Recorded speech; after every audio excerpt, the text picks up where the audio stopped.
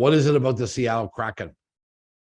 So what I would say, Bob, is that, my first comment was the game of the year should have been Colorado, Florida, and it turned out to be Boston, Seattle. And I doubt any of us would have circled that date on October 8th. Nobody would have. The game of the year, right? So and to your point, I mean, Boston hadn't lost at home in regulation all year, and Seattle goes in and wins, shuts them out, and it's Martin Jones's second consecutive shutout. And I looked it up, and Martin Jones was a Bruin for 96 hours.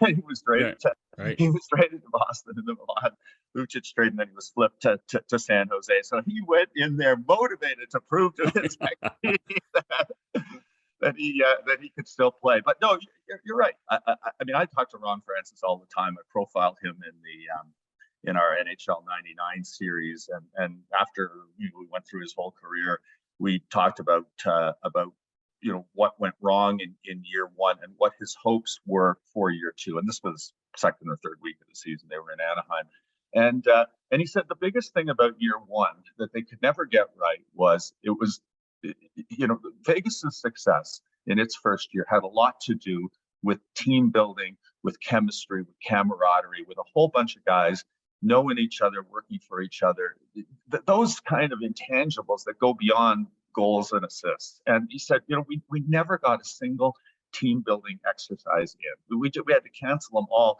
We didn't have a lot of depth. There was a period of time at Christmas, he told me that we had so many injuries on defense that we weren't sure what kind of a roster we could put out. And thank goodness the NHL paused the season for 7 or 10 days because of COVID. And he said it was just a whole lot of things went wrong. So he felt that bringing in Burakovsky and Bjorkstrand and then Justin Schultz to help out on the power play, these were moves that would make them better. And then he was hopeful. He was not, I would say hopeful, maybe even more so than optimistic. But he felt that the combination of the slight roster adjustments that he made, but plus the fact that they were able to do some team building exercises. They did one out when they were in Calgary in the preseason. They went out to Banff, and he just felt that the things that knit that first Vegas group together were things that they could do in year two. And I think that's the comparison. Go back to Vegas's first year. Not a great team, good start, but you kind of knew that they'd hit a wall, and everybody, and they did have a little bit of a lull, but then they surged again, and it's almost exactly the same pattern as what we're seeing in Seattle.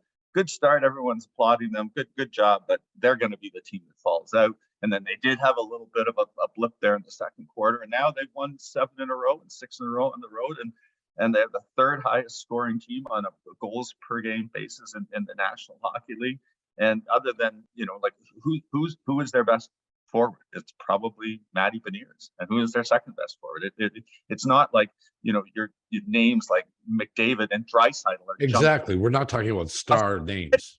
It is a nice story, but I do think there are some a few explanatory threads that you can pull on to suggest that at least an improvement, maybe not the kind of surge we've seen, was in the cards for this year.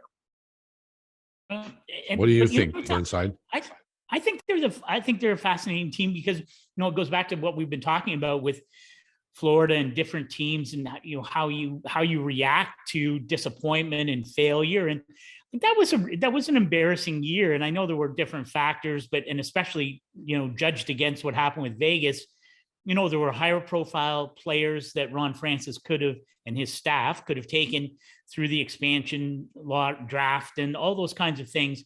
And there were certainly sexier coaches he could have hired ahead of Dave Haxtell. But Ron, when Ron Francis was the GM in Carolina, and I think his reputation was as a very cautious GM.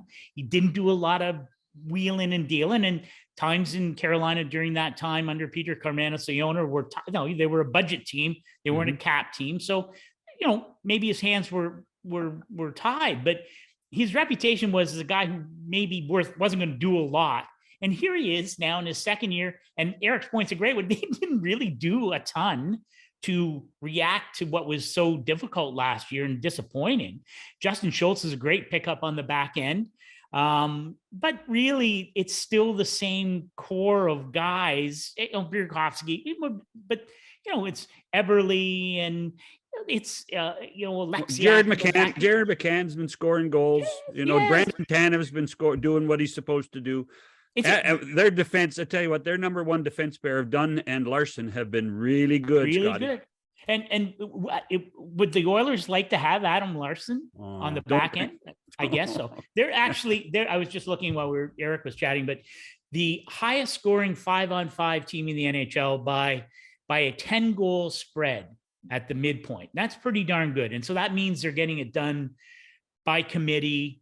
And it means that Dave Haxtell, who's was a surprise coaching hire by Ron Hextall in Philly, and that turned to mush. And now, I think Dave Haxtall, Jim Montgomery, if you had to vote today, I'll ask you, if you had to vote today on the Jack Adams, is Jim Montgomery the runaway leader? Maybe he is.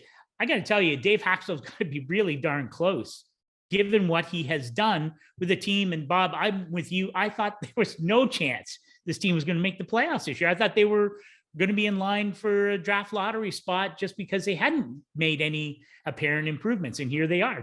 I think it's one of the great stories of this season. Well, in fact, I would say that as the season started, and if you asked a ton of people who was going to be the first coach fired, I think Dave Haxtell's name would have been on the list. This is a team right now, as of the Friday recording, have 54 points. They had 60 points all of last season. Exactly. And they're halfway. They got 40 games to go. Yeah. Well, so I want to ask you guys, because you're very knowledgeable men. I think they're a lock to stay in the top three. Look at me stepping out on a limb here. But are they a team? Philip Grubauer, lots of ebbs and flows to his game. Martin Jones pitched the shutout against Boston. Is that a team?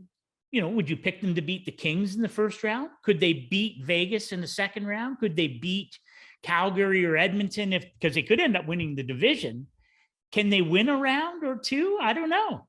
Yeah, but you're talking Calgary and Edmonton. You're talking about teams that are in trouble as we speak. So maybe anybody could beat those teams.